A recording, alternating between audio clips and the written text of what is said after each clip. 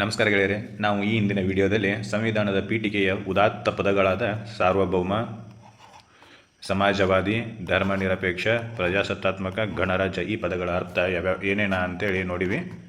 ಯಾವ್ಯಾವ? ಸಾರ್ವಭೌಮ, ಸಮಾಜವಾದ, ಧರ್ಮನಿರಪೇಕ್ಷ, ಪ್ರಜಾಪ್ರಭುತ್ವ, ಗಣರಾಜ್ಯ ಇವೆಲ್ಲವೂ ನೇಚರ್ ಆಫ್ ಸ್ಟೇಟ್ ಬಗ್ಗೆ ಹೇಳ್ತವೆ.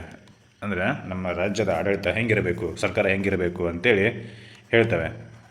ಈ ಪದಗಳ ಅರ್ಥವನ್ನು ನೋಡಿದ್ವಿ. ಈಗ ಮುಂದಿನ ಪದಗಳಾಗಿರ್ತಕ್ಕಂಥ ಯಾವ್ಯಾವಪ್ಪ ಅಂತಂದರೆ ಭಾರತದ ಎಲ್ಲ ಪೌರರಿಗೂ, ಒಂದನೇದು ಭಾರತದ ಎಲ್ಲ ಪೌರರಿಗೂ ನ್ಯಾಯವನ್ನು, ಸಮಾನತೆಯನ್ನು, ಸ್ವತಂತ್ರವನ್ನು ಕೊಟ್ಟು, ಯಾವುದು? ನ್ಯಾಯ, ಸ್ವಾತಂತ್ರ್ಯ ಮತ್ತು ಸಮಾನತೆಗಳನ್ನು ಕೊಟ್ಟು ಸಮಾಜದಲ್ಲಿ ಭ್ರಾತೃತ್ವ ಭಾವನೆಯನ್ನು ಬೆಳೆಸುವಲ್ಲಿ ನಾವು ಶ್ರಮ ಪಡಬೇಕು ಅಂತೇಳಿ ಭಾರತ ಸಂವಿಧಾನದ ಪೀಠಿಕೆ ಹೇಳ್ತೈತಿ.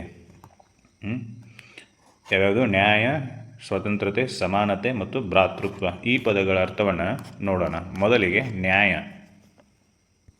ಈ ನ್ಯಾಯ ಪದದ ಶಬ್ದಶಃ ಅರ್ಥ ಏನಪ್ಪ ಅಂತಂದ್ರೆ ನ್ಯಾಯ ಆರ್ ಜಸ್ಟಿಸ್. ಈ ಪದಗಳ ಶಬ್ದಶಃ ಅರ್ಥ ಅಂದರೆ ಏನಪ್ಪ ಅಂತಂದ್ರೆ ನ್ಯಾಯೋಚಿತ, ನೈತಿಕ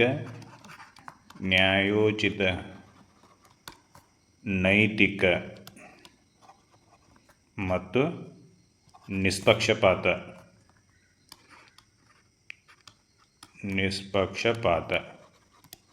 ನ್ಯಾಯೋಚಿತ ಫೇರ್, ನೈತಿಕ ಮಾರಲ್, ನಿಷ್ಪಕ್ಷಪಾತ ಇಂಪಾರ್ಶಾಲಿಟಿ.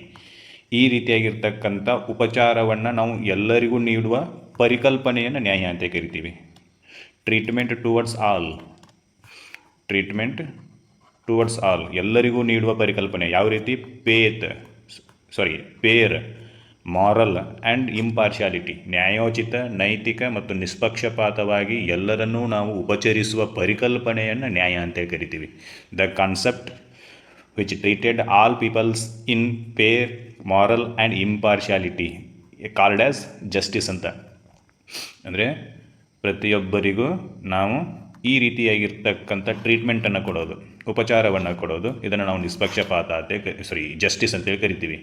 ಭಾರತದ ಸಂವಿಧಾನದ ಪೀಠಿಕೆಯಲ್ಲಿ 3 ರೀತಿ ನ್ಯಾಯದ ಬಗ್ಗೆ ಹೇಳ್ತೈತಿ. ಭಾರತದ ಪೀಠಿಕೆಯಲ್ಲೇ ಬರೆದಾರೆ ಯಾವ 3 ರೀತಿ ನ್ಯಾಯಗಳನ್ನು ನಾವು ನಮ್ಮ ಪೌರರಿಗೆ ಒದಗಿಸಬೇಕು ಅಂತೇಳಿ. ಯಾವ್ಯಾವಪ್ಪ ಅಂತಂದ್ರೆ ಒಂದನೇದು ಸೋಷಿಯಲ್ ಜಸ್ಟಿಸ್, ಸಾಮಾಜಿಕ ನ್ಯಾಯ. ಇದು ವೆಸ್ಟರ್ನ್ ಪರಿಕಲ್ಪನೆ. ಎರಡನೇದು ಆರ್ಥಿಕ ನ್ಯಾಯ, ಎಕನಾಮಿಕ್ ಜಸ್ಟಿಸ್. ಮೂರನೇದು ಪೊಲಿಟಿಕಲ್ ಜಸ್ಟಿಸ್. ಇವತ್ತು ಈ 3 ಪದಗಳ ಅರ್ಥವನ್ನು ನೋಡೋಣ. ನಮ್ಮ ಭಾರತದ ಪೌರರಿಗೆ ಯಾವ್ಯಾವ ರೀತಿಯ ನ್ಯಾಯವನ್ನು ಒದಗಿಸಬೇಕು ಅಂತಂದರೆ ಸಾಮಾಜಿಕ ನ್ಯಾಯ, ಎಕನಾಮಿಕ್ ಜಸ್ಟಿಸ್ ಆರ್ಥಿಕ ನ್ಯಾಯ ಮತ್ತು ಪೊಲಿಟಿಕಲ್ ಜಸ್ಟಿಸ್ ಅಂದರೆ ರಾಜಕೀಯ ನ್ಯಾಯವನ್ನು ಒದಗಿಸಬೇಕು ಅಂತೇಳಿ ನಮ್ಮ ಪ್ರಿಯಾಂಬಲ್ ಹೇಳ್ತೈತಿ. ಹಾಗಾದರೆ ಸೋಷಿಯಲ್ ಜಸ್ಟಿಸ್ ಅಂದರೆ ಏನು, ಎಕನಾಮಿಕ್ ಜಸ್ಟಿಸ್ ಅಂದರೆ ಏನು, ಪೊಲಿಟಿಕಲ್ ಜಸ್ಟಿಸ್ ಅಂದರೆ ಏನು ಅಂತೇಳಿ ನೋಡೋಣ. ಸಾಮಾಜಿಕ ನ್ಯಾಯ ಅಂತಂದ್ರೆ ಭಾರತ ಸಂವಿಧಾನದಲ್ಲಿ ಕರೆಕ್ಟಾಗಿ ಏನೋ ಬರೀತಾರೆ, ಜಾತಿ, ಧರ್ಮ, ಜನಾಂಗ,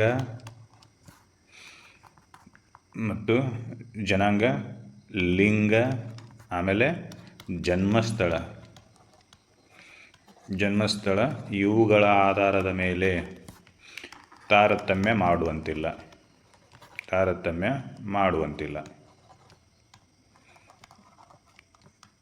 ಅಂದರೆ ತಾರತಮ್ಯ ಅಂದರೆ ಇನ್ಜಸ್ಟಿಸ್ ಅಂದಂಗೆ. ತಾರತಮ್ಯ ಮಾಡುವಂತಿಲ್ಲ ಅಂತಂದರೆ ಯಾವ್ಯಾವ್ದ್ರ ಮೇಲೆ? ಜಾತಿ, ಧರ್ಮ, ಜನಾಂಗ, ಲಿಂಗ, ಧರ್ಮಸ್ಥಳ, caste, religion, race, gender and place of birth ಇವುಗಳ ಆಧಾರದ ಮೇಲೆ ನಾವು ತಾರತಮ್ಯ ಮಾಡುವಂತಿಲ್ಲ. ಜನ್ಮಸ್ಥಳ ಅಂತಂದರೆ ನೀನು ಆಂಧ್ರ ಪ್ರದೇಶದಾಗ ಹುಟ್ಟಿ ಕರ್ನಾಟಕದಾಗ ಬರುವಂಗಿಲ್ಲ ಅಂತಲ್ಲ.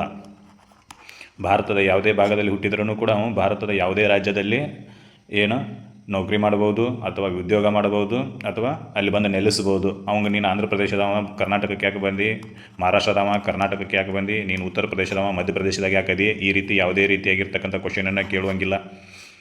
ಆಮೇಲೆ ಜಾತಿ,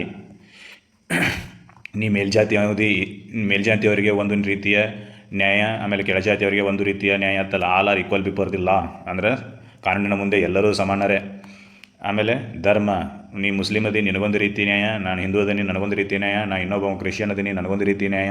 ಈ ರೀತಿಯಾಗಿರ್ತಕ್ಕಂಥ ವ್ಯವಸ್ಥೆ ನಮ್ಮಲ್ಲಿ ಇಲ್ಲ. ಅದನ್ನು ಪ್ರಿಯಾಂಬಲ್ ಸ್ಪಷ್ಟಪಡಿಸ್ತೈತಿ. ಇವುಗಳ ಆಧಾರದ ಮೇಲೆ ನೀವು ತಾರತಮ್ಯ ಮಾಡುವಂತಿಲ್ಲ ಅಂತೇಳಿ. ಎಲ್ಲಿ ಇದು ಅಂತಂದರೆ ಸರ್ಕಾರಿ ಸ್ಥಳಗಳಲ್ಲಿ, ಪಬ್ಲಿಕ್ ಪ್ಲೇಸಸ್ನಲ್ಲಿ, ಸರ್ಕಾರಿ ಸ್ಥಳ ಅಥವಾ ಸಾರ್ವಜನಿಕ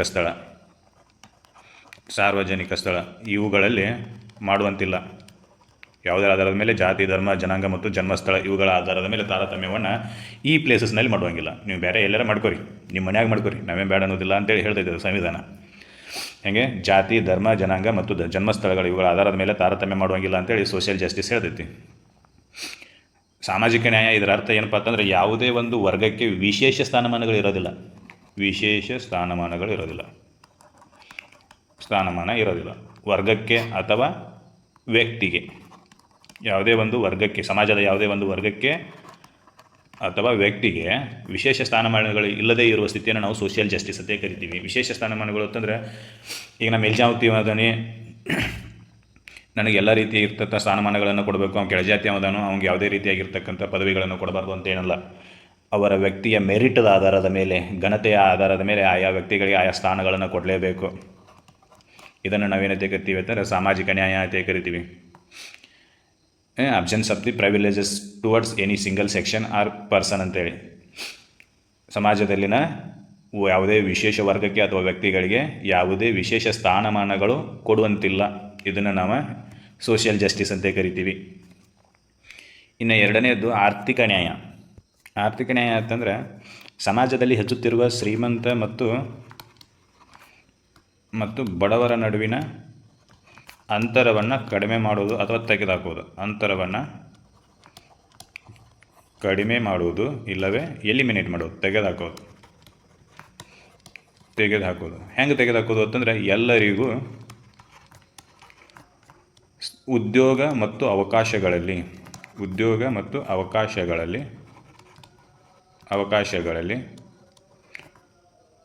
ಸಮಾನವಾಗಿ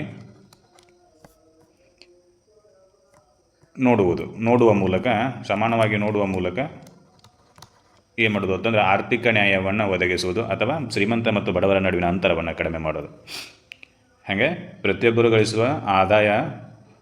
ಪ್ರತಿಯೊಬ್ಬರು ಆದಾಯ ಗಳಿಸುವ ಅವಕಾಶದಲ್ಲಿ ಸಮಾನ ಅವಕಾಶಗಳಿರಬೇಕು ಮತ್ತು ಬಡವರು ಮತ್ತು ಶ್ರೀಮಂತರ ನಡುವೆ ಯಾವುದೇ ತಾರತಮ್ಯ ಮಾಡುವ ಹಾಗಿಲ್ಲ ಅಂತೇಳಿ ಆರ್ಥಿಕ ನ್ಯಾಯ ಹೇಳ್ತೈತಿ. ಏನು? ಆದಾಯ ಗಳಿಸುವ ಅವಕಾಶಗಳಲ್ಲಿ ಸಮಾನತೆಯನ್ನು ತೊಗೊಂಬರೋದು. ಆದಾಯ ಗಳಿಸುವ ಅವಕಾಶಗಳಲ್ಲಿ ಸಮಾನತೆಯನ್ನು ತೊಗೊಂಬರೋದು. ಫಾರ್ ಎಕ್ಸಾಂಪಲ್ ಮುದ್ರಾ ಯೋಜನೆ.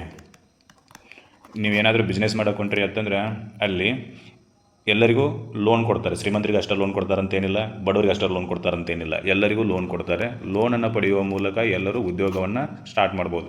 ಮೊದಲು ಏನಕ್ಕಿತ್ತು ಅಂತಂದರೆ ಈ ರೀತಿ ಲೋನ್ ಸಿಗಲಿಲ್ಲ ಅಂದರೆ ಯಾರ ಹತ್ರ ದುಡ್ಡಿದೆಯೋ ಅವ್ರು ಮಾತ್ರ ದುಡಿಮೆಗೆ ಬರ್ತಿದ್ರು. ಅಂದರೆ ಉದ್ಯೋಗ ಮಾಡೋಕ್ಕೆ ಸ್ಟಾರ್ಟ್ ಮಾಡ್ತಿದ್ರು. ಯಾಕಂದರೆ ಅವ್ರ ಹತ್ರ ದುಡ್ಡಿದ್ದು ಬಿಸ್ನೆಸ್ ಮಾಡೋ ಅವಕಾಶ ಇತ್ತು ಅವರಿಗೆ. ಆದರೆ ಮುದ್ರಾ ಯೋಜನೆಯನ್ನು ಜಾರಿಗೆ ತಂದ ನಂತರ ಬಡವರು ಕೂಡ ಏನು ಮಾಡೋದು, ಉದ್ಯೋಗವನ್ನು ಮಾಡುವ ಅವಕಾಶಗಳನ್ನು ಪಡೆದುಕೊಂಡ್ರು ಫ್ರೀ ಲೋನನ್ನು ಕೊಡುವ ಮೂಲಕ. ಅಂದರೆ ಸಮಾಜದಲ್ಲಿ ಬಡವರಿದ್ದರು ಅಂತಂದರೆ ಅವ್ರನ್ನ ಮೇಲೆತ್ತಕ್ಕೆ ಸರ್ಕಾರದಿಂದ ಕೆಲವೊಂದಿಷ್ಟು ಯೋಜನೆಗಳನ್ನು ತೊಗೊಂಬಂದರು. ಈ ರೀತಿಯಾಗಿ ಆರ್ಥಿಕ ವ್ಯತ್ಯಾಸವನ್ನು ತೆಗೆದುಹಾಕುವ ಸಲುವಾಗಿ ಏನು ಮಾಡಿದ್ರು ಅಂತಂದರೆ ಕೆಲವೊಂದಿಷ್ಟು ಯೋಜನೆಗಳು ಬಡವರ ಪರವಾಗಿ ಬಂದು. ಇದನ್ನು ನಾವೇನಂತೆ ಕರಿತೀವಿ ಅಂತಂದರೆ ಆರ್ಥಿಕ ನ್ಯಾಯ ಅಂತ ಕರಿತೀವಿ. ಆರ್ಥಿಕ ನ್ಯಾಯ to eliminate the difference between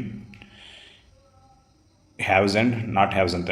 ಉಳ್ಳವರು ಮತ್ತು ಬಡವರ ನಡುವಿನ ವ್ಯತ್ಯಾಸಗಳನ್ನು ಕಡಿಮೆ ಮಾಡುವುದು. ಇದು ಆರ್ಥಿಕ ನ್ಯಾಯದ ಮೂಲ ಸಿದ್ಧಾಂತ, ನೆನಪಿರಬೇಕು. ಇನ್ನು ರಾಜಕೀಯ ನ್ಯಾಯ, ಮೂರನೇದ್ದು ಪೊಲಿಟಿಕಲ್ ಜಸ್ಟಿಸ್.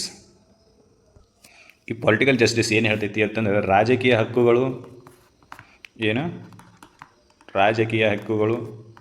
ಪೊಲಿಟಿಕಲ್ ರೈಟ್ಸ್, ರಾಜಕೀಯ ಹಕ್ಕುಗಳು ಮತ್ತು ಕಚೇರಿಗಳು, ಸರ್ಕಾರದ ಕಚೇರಿಗಳು, ಆಫೀಸಸ್ ಆಫ್ ದಿ ಗೌರ್ಮೆಂಟ್ ಕಚೇರಿಗಳು, ಆಮೇಲೆ ಸರ್ಕಾರದಲ್ಲಿ ಸಮಾನ ಧ್ವನಿಯನ್ನು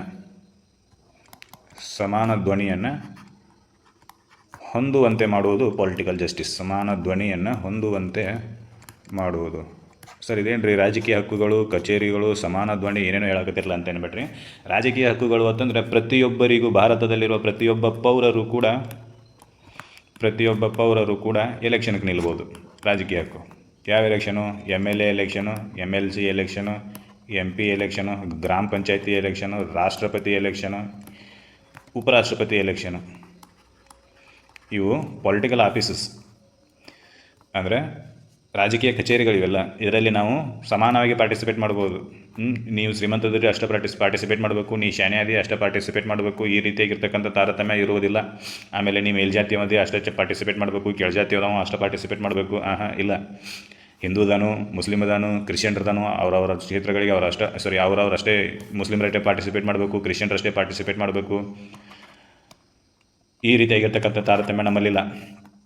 ಇದನ್ನು ಪೊಲಿಟಿಕಲ್ ಜಸ್ಟಿಸ್ ಅಂತ ಕರಿತೀವಿ. ಪೊಲಿಟಿಕಲ್ ಜಸ್ಟಿಸ್ ಎಲ್ಲ ರೀತಿಯ ಪೊಲಿಟಿಕಲ್ ಹಕ್ಕುಗಳು ಪ್ರತಿಯೊಬ್ಬರಿಗೆ ಸಿಗುವಂತೆ ನೋಡಬೇಕು. ಆಮೇಲೆ ಕಚೇರಿಗಳು, ಸರ್ಕಾರಿ ಕಚೇರಿಗಳಾಗಿರ್ತಕ್ಕಂಥ ತಹಶೀಲ್ದಾರ್ ಆಫೀಸ್ ಆಗಿರಲಿ, DC ಆಫೀಸ್ ಆಗಿರಲಿ, ಇಲ್ಲಿ ಕೆಲವೊಂದಿಷ್ಟು ಪರ್ಟಿಕ್ಯುಲರ್ ವ್ಯಕ್ತಿಗಳು ಅಷ್ಟೇ ಅಲ್ಲಿ ಒಳಗೆ ಬರಬೇಕು, ಅವ್ರು ಕೆಲಸ ಮಾಡಬೇಕು. ಆ ರೀತಿಯಾಗಿರ್ತಕ್ಕಂಥದ್ದು ಏನೂ ಇಲ್ಲ. ಪ್ರತಿಯೊಬ್ಬರು ಹೋಗಿ ತಮ್ಮ ಕೆಲಸ ಕಾರ್ಯಗಳನ್ನು ನಿರ್ವಹಿಸಬೇಕು, ಮುಕ್ತವಾಗಿ ದೊರೆಯುವಂತೆ ನೋಡಬೇಕು. ಇನ್ನು ಸಮಾನ ಧ್ವನಿ ಎಲ್ಲಿ ಅಂತಂದರೆ ಸರ್ಕಾರದಲ್ಲಿ. ಈಗ ಗೌರ್ಮೆಂಟ್ ಪಾರು ಮಾಡಿದ್ರು ಅಂತಂದರೆ ಅಲ್ಲಿ ಕೆಲವು ವರ್ಗದ ಜನರನ್ನು ಮಾತ್ರ ಮಂತ್ರಿಗಳನ್ನಾಗಿ ಮಾಡಬೇಕು, ಕೆಲವೇ ವರ್ಗದ ಜನರನ್ನು ಮಂತ್ರಿಗಳನ್ನು ಮಾಡಬಾರ್ದು. ಆ ರೀತಿ ಏನಿಲ್ಲ. ಅಲ್ಲಿ ಪ್ರತಿಯೊಂದು ವರ್ಗದ ರೀಪ್ರೆಸೆಂಟೇಷನ್ ಇರುವಂಗೆ ಮಂತ್ರಿಮಂಡಲವನ್ನು ನೇಮಕ ಮಾಡಬೇಕು. ಇದನ್ನು ನಾವೇನಂತೆ ಕರಿತೀವಿ ಅಂತಂದರೆ ರಾಜಕೀಯ ನ್ಯಾಯ ಅಂತ ಕರಿತೀವಿ. ಇದನ್ನು ಸರ್ಕಾರದಲ್ಲಿ ಸಮಾನ ಧ್ವನಿಗಳು ಇರುವಂತೆ ನೋಡುವಂಥ ಉದ್ದೇಶವನ್ನು ಈಡೇರಿಸುವಾಗ ಈ ರೀತಿಯಾಗಿರ್ತಕ್ಕಂಥ ಪ್ಯಾಕ್ಸ್ಗಳನ್ನು ಕನ್ಸಿಡರ್ ಮಾಡಬೇಕಾಗತ್ತಿ. ಯಾಕಂತಂದರೆ ಆಯಾ ಸಮಾಜದ ಪರಿಸ್ಥಿತಿಗಳನ್ನು ಅರ್ಥ ಮಾಡ್ಕೊಳ್ಳಲು ಆಯಾ ಸಮಾಜದ ನಾಯಕರನ್ನು ಏನು ಮಾಡ್ತಾರೋ ಅಂತ ಸರ್ಕಾರದಲ್ಲಿ ಸಚಿವರನ್ನಾಗಿ ನೇಮಕ ಮಾಡ್ತಾರೆ. ನೆನಪಿರಬೇಕು. ಇದಿಷ್ಟು ನ್ಯಾಯದ ಬಗ್ಗೆ. ಇನ್ನು ಮುಂದಿನ ವಿಡಿಯೋದಲ್ಲಿ ಅಂಬೇಡ್ಕರ್ ಅವರ ಟ್ರಿನಿಟಿ ಸಿದ್ಧಾಂತದ ಆಧಾರದ ಮೇಲೆ ಅಂಬೇಡ್ಕರ್ ಅವರು 3 ಪದಗಳನ್ನು, ಸಂವಿಧಾನದಲ್ಲಿರ್ತಕ್ಕಂಥ 3 ಪದಗಳನ್ನು ಟ್ರಿನಿಟಿ ಅಂತೇಳಿ ಕರೀತಾರೆ. ಆ 3 ಪದಗಳು ಯಾವಪ್ಪ ಅಂತಂದರೆ ಲಿಬರ್ಟಿ, ಈಕ್ವಾಲಿಟಿ ಆ್ಯಂಡ್ ಫ್ರ್ಯಾಟರ್ನಿಟಿ. ಈ 3 ಪದಗಳನ್ನು ಅಂಬೇಡ್ಕರ್ ಅವರು ಏನು ಮಾಡ್ತಾರೋ ಅಂತಂದರೆ ಸಂವಿಧಾನದ ಟ್ರಿನಿಟಿಗಳು ಅಂತ ಕರೀತಾರೆ. ಯಾವುದು? ಸ್ವಾತಂತ್ರ್ಯ, ಸಮಾನತೆ ಮತ್ತು ಭ್ರಾತೃತ್ವ. ಇದನ್ನು ಟ್ರಿನಿಟಿಗಳು ಅಂತ ಕರೀತಾರೆ. ಇವುಗಳ ಅರ್ಥಗಳನ್ನು ಮುಂದಿನ ವಿಡಿಯೋದಲ್ಲಿ ನೋಡೋಣ. ಈ ವಿಡಿಯೋದಲ್ಲಿ ನಿಮಗೆ ನೀಡಲಾದ ಮಾಹಿತಿ ಇಷ್ಟ ಆಗೈತೆ ಅಂತ ಅನ್ಕೊತೀನಿ. ಇಷ್ಟ ಆಗಿದ್ದರೆ ಈ ವಿಡಿಯೋನ ಲೈಕ್ ಮಾಡಿರಿ, ಶೇರ್ ಮಾಡಿರಿ, ಹಾಗೆ ಸಬ್ಸ್ಕ್ರೈಬ್ ಮಾಡಿರಿ ಅಂತ ಹೇಳ್ತಾ ಧನ್ಯವಾದಗಳು.